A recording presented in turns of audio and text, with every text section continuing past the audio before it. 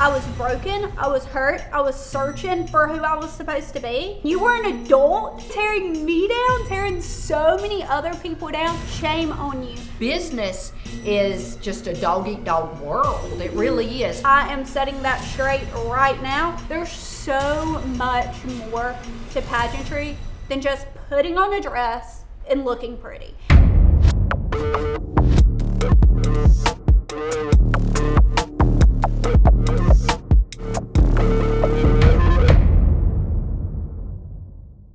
Hello everybody and welcome to our first actual time talking to you with Pageant Mafia. Oh my gosh!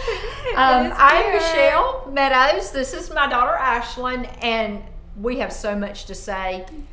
We just got to get it all out. Yeah, we have so much to talk about, but first things first, you guys, get used to this. Every time y'all come to watch our video, make sure y'all give us a big thumbs up. Y'all subscribe, all of that good stuff, because we are doing this to obviously talk, get some things off of our chest for y'all to get to know us. And we are so excited, so we will appreciate if you guys can like, subscribe, thumbs up, comment, all of that stuff. We will appreciate it. Absolutely. We hope you enjoy our podcast. As you know, we are new at this, so show us a little love. We would love to receive your comments. Please feel free to comment, private message us. Please keep it, if you don't agree with us, that's fine. We're good with that. We're going to be talking about a lot of controversial issues. We respect everyone's rights to their opinion. Just keep it clean, keep it PG. This is a family show here. Okay, so first thing we are going to dive into is I think it is important for y'all to know why we chose Pageant Mafia. Because once y'all see that name, it's out. Y'all are probably like, what in the heck, Ashlin and Michelle, Pageant Mafia? Like, what are y'all thinking? We are mafia gangster. Okay, there you go. She's a mafia gangster. I'm not. I'm a princess gangster. But anyways, okay. So Pageant Mafia, if y'all are new here, if y'all do not know me, I competed in pageants. Gosh, how old was I when I competed in my first pageant? 8. So I competed in pageants for well over 10 years, and I'm not going to say that I'm in retirement, because in the pageant world, people always say that they're in retirement and that they're hanging their heels up, then they go right back into pageantry. But anyways, I took a break for my own mental health, and we would definitely get into that. I believe sometimes you need to remove yourself from toxic situations to truly thrive, and that's what I did. But like I said, we will be getting into that.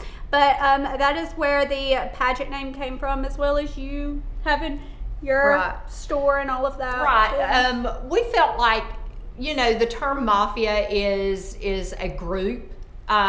It's someone with confidence, someone with a little swagger, a little power, not necessarily the negative connotation you think it is. So we thought it was really cute because, let's just face it, in today's society, you can say something and you can take it any way you want to take it. And that's kind of the whole thought process of our podcast, is how you really want to take it. Let's talk about it. Let's talk about being real. We're going to be extremely candid with everyone about experiences that we have been through, good, bad, or ugly. Like us, love us, hate us, cancel us if you want to. That's happened to us before. Been there. So let's just talk about life and be real and be women and empower women. I am a business owner. I've been in business for 30 years. This May will be 30 years. We are from a very, very small town called Adel, Georgia. Not really sure what the population is. I think it's like 5,600. I could be wrong on that. It's very small, but there are times when it's way too large. So, we are going to talk about the goods and the bads of being in business, being a female in business, being an empowered female, and being criticized and looked at in a negative manner because you are a female in business and you have You have a say in what goes on, and some people decide you're not entitled to have a say. Maybe because you're a woman, maybe because you're blonde, or try to be a teenager. Maybe you're running young, your own business. right? Or maybe you're not so young, but you've been doing it forever, and people just hate. They hate you. They hate everything that you do. And that's kind of the case being in business for a lot of years in the formal wear industry, prom, pageant, social occasion. And then late in life having a daughter and then putting her in the pageant field. Now, I might add, the first time she wanted to be in a pageant, I begged her not to. Because you competed. Y'all, she's skipping that part out. I did. She also competed. I did. I competed. I started when I was 14. I lived with my grandmother. I was raised by my grandparents. They actually brought me home from the hospital when I was born. So that's all I knew. I technically was not their only child, but I was at that time. I was the only child living in the home in a trailer in Sparks. I grew up in a little single wide trailer with loving grandparents. Something that we will get to on this podcast too, that like so many people just see things right on the surface, and I bet probably 80% of the people that are listening or watching to this did not know that you grew up in a trailer. Yeah, and you know what? I'm proud of it. I am so proud of that. I grew up very humble means. My grandparents worked, and I went with them. They were older. They had a granddaughter they had to take care of. And as I got older, my grandmother wanted me to do other things. So she suggested, why don't you take little modeling classes or some etiquette courses or different things in a neighboring town? And I did. And I fell in love with the pageant industry. It became a weekend getaway for my grandmother and I. We would travel all over the United States, and I would compete in pageants. Now they're called glitz pageants. They used to be, I know, it was not called glitz back then. It was a different level of competition back then. We had all the modeling and all the categories. And from 14 until I got married, I competed in all of those competitions, along with USA pageants and Mrs. pageants, where I basically ended my career as Mrs. Georgia, and then went on, taught modeling for 6 years. I have a modeling school. I taught 60 girls a week before I opened up my store. I opened up my store because my grandmother felt that there was a need in the industry for someone local, someone honest, that had been there, that had competed, that knew the feelings of a contestant. So I opened up my store thinking I'd be a pageant store. But then I came to realize that you had to have more than that. So that's what started the pageant and the homecoming and so forth. But I also knew the competition, even though it was at a different level when I competed, because there wasn't social media. So people couldn't get on social media and bash you after a pageant. They couldn't go on social media to destroy you after a competition, or get on social media beforehand to destroy you where you wouldn't have a chance at the pageants. That's what people do today. That's the world of today. But that wasn't how it was when I competed. But it was still competitive. So when I started in this industry, I really didn't want Ashlin to be in pageants. But she grew up in the pageant world. From a week old, being in my store, sitting in a carrier. I tell everybody the story. She always tells the story. Yeah, I'll let Ashlin, tell everybody about the story about your first words. Okay. Obviously, I don't remember it because I was like a week old, and let's be real, who remembers their life at a week old? But she tells... You say you do. That's being a little dramatic. But she says that my first words... Also, I was not speaking at a week old. So maybe you were the one being dramatic. I don't mean you were saying that at a week old, but you were sitting in my store at a week old. Mom always says that my first words were a Sherry Hill. But I mean, honestly, if you think about it, like, I was always up at Mom's store. I remember specifically, I was probably like 8 to 10, like somewhere in that age bracket. As soon as I was old enough to walk, I feel like I was trying to help customers.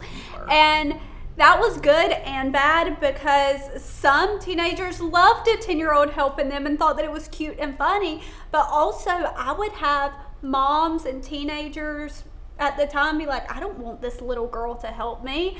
But I mean, I tried to help anytime I could. But being around the fashion, being around the dresses, going to markets and seeing all this, I truly got a passion to compete. Because, I mean, think about it. I'm a little girl going to all these pageants, looking at all these big girls have these shiny crowns and banners across their chest. Like, why wouldn't I want to do something like that?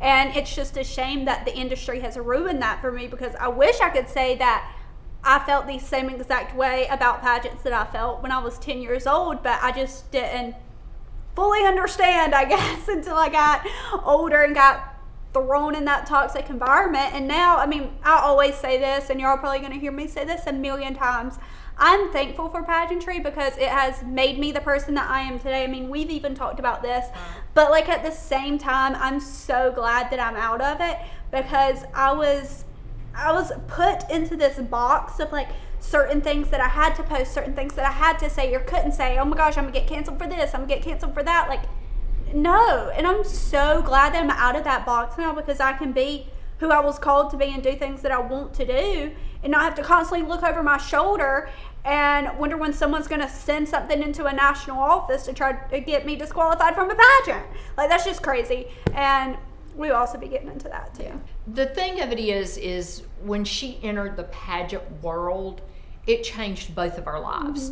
We love pageantry. Like Ashlin said, if it had not been for that road, she would not be where she is today. She would not have her business.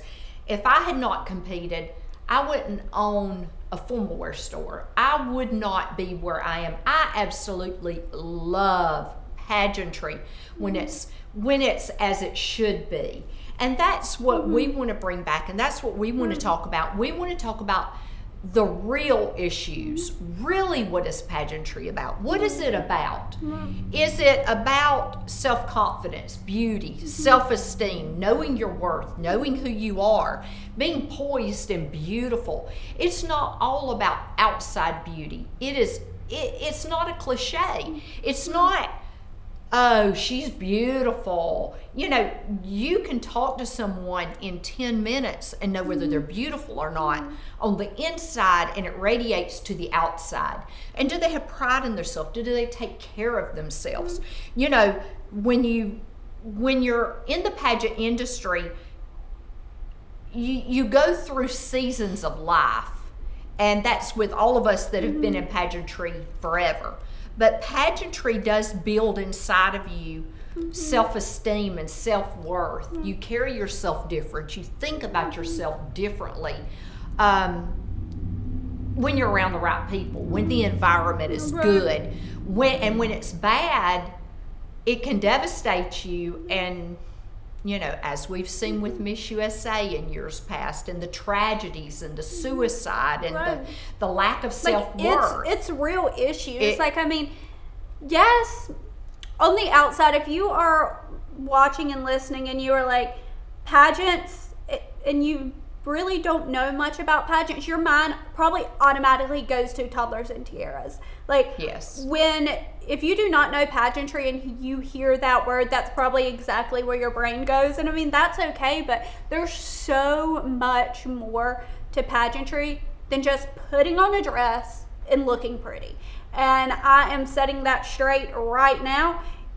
If you're pretty and you have on a pretty dress, it might help you, but how are your communication skills? Can you command a room? Can you look at someone in the eyes when you're having a conversation? Like, there is so many important traits to have than just being pretty. I mean, how about being yourself? For you know, sure. Wait, can I tell a story real quick? Be yourself. I think I can, but I don't know if that's a first episode story, or if that's something you're going to have to view and watch and subscribe so you can hear all of our stories. Because this is not just about pageantry. we're giving you life stories. We're going to tell you how it affects your life, whether it's pageantry, whether it's athletics, whether it's about life in general. Life is a competition, but you know who you're competing against? Yourself. That's the thing. When you're in a business, you know, are you competing with the person down the road and you want to do everything like they're doing it? No.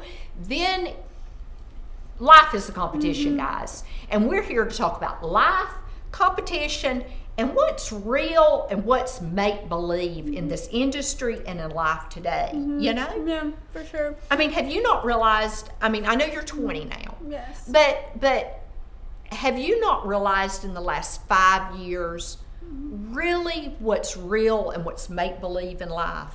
For sure. Honestly, I feel like I've lived probably 5 different lives in the past 5 years. Like, if you look at the person I was, like, when I was 15, like, I barely even recognize that person anymore. But I mean, also, I guess that's part of growing up. Right. But I mean, the things that, like, I've realized just in, like, the 5 years of my life, I say this all the time, like, when I talk like this is when I realize that I'm getting old and I'm no longer a teenager.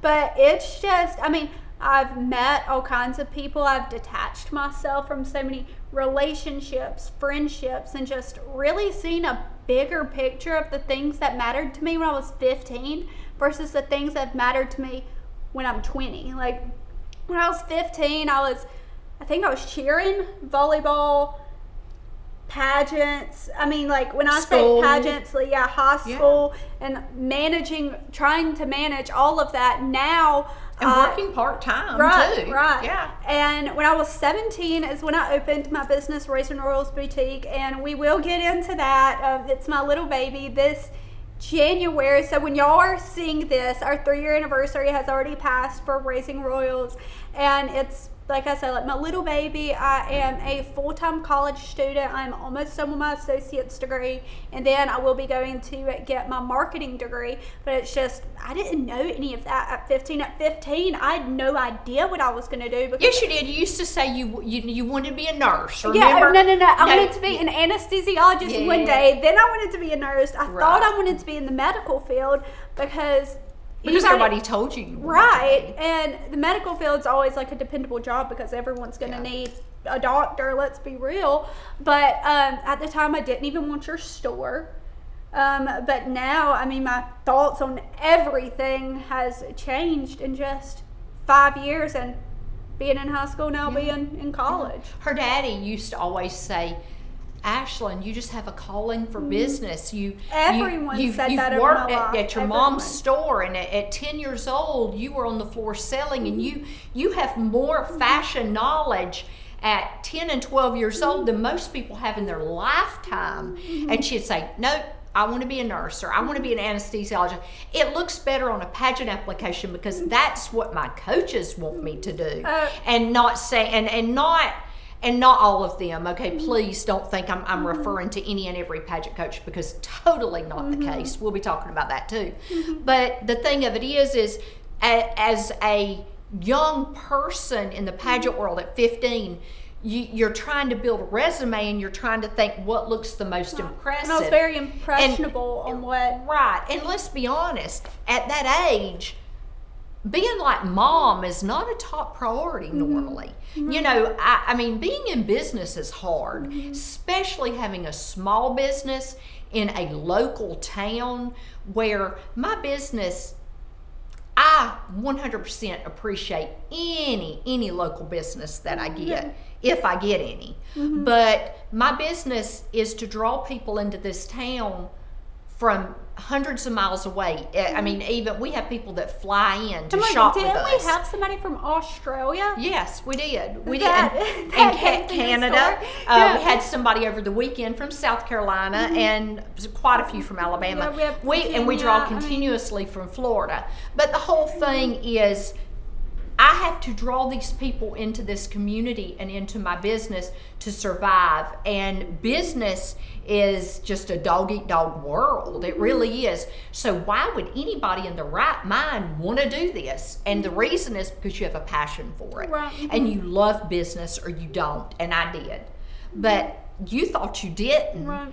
And then all of a sudden, it's like light bulb moment. When, excuse my language, crap hits the fan, you start thinking about life, and you start thinking about what you really are and what's important to you, and your roots a little bit. Right, yeah. You know, and then all of a sudden you transform into this wonderful business lady that has guts, that has a backbone. Right. My 15-year-old didn't have a backbone, guys. She didn't know who she was. She really did not. She didn't know. She was searching. She was looking. And when you're 15, you do that. And you let people influence you. Right. And it's still your fault if you do bad things, but you got to realize at 15, young people your age and older people that influence your life can change your life. And sometimes that's for the good or bad.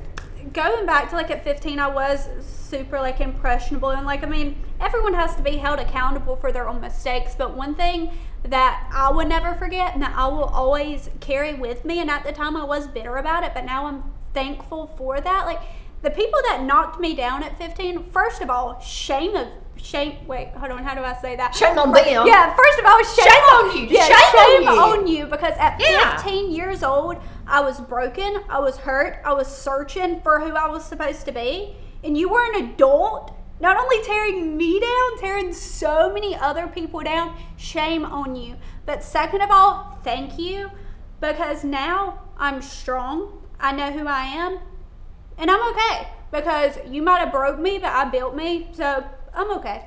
You know, and now I'm okay. And now we pray for you.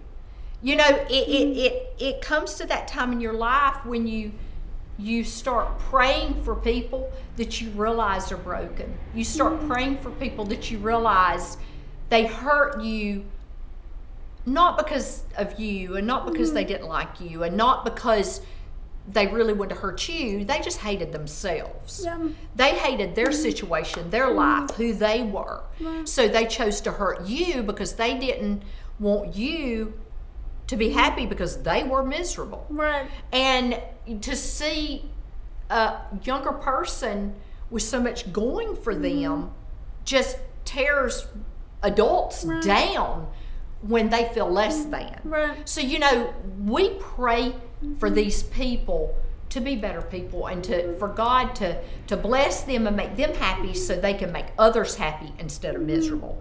And that's a work in progress, because I haven't always felt that way.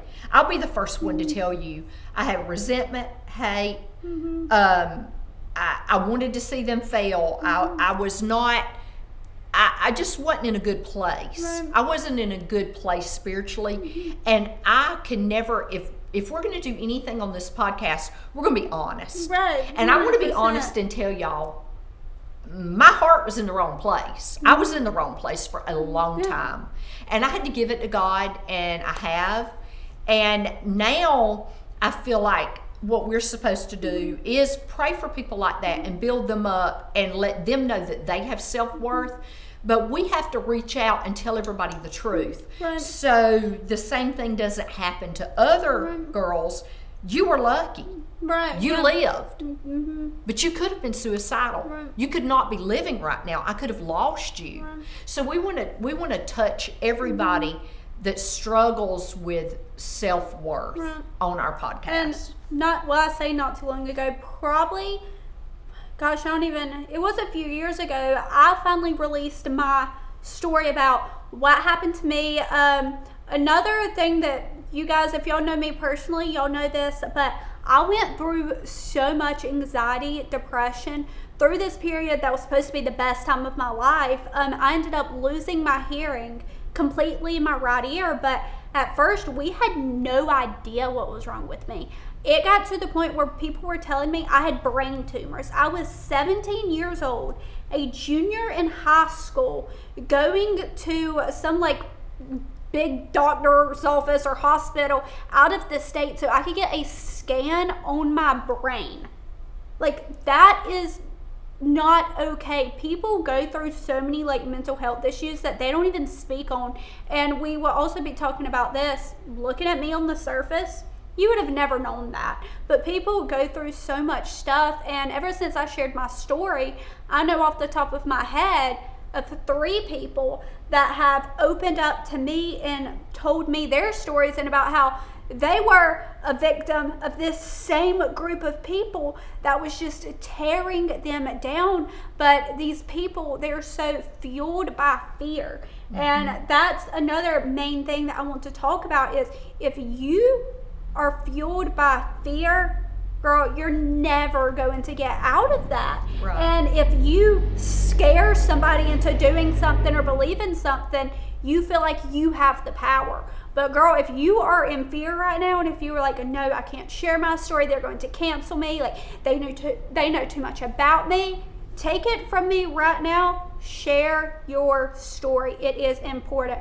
Who cares that somebody might say something about you on Facebook? I mean, come on, it's Facebook. People talk, people gossip all the time. But I mean, if you share your story and if you can release that, then you will feel way better at the end of the day because you will be taking the power back from Absolutely. them. And that's what I did. Take the power back, ladies. Take the power back. It is your power. It is not theirs. And we're doing that. We're going to empower each other. We're going to talk about relationships, work, school, business, pageant, friendships. Who's your friend? Who's not your friend? And you know, we're going to talk about mother-daughter relationships. We want to share with you what it's like. A lot of you that know she's my baby of 5.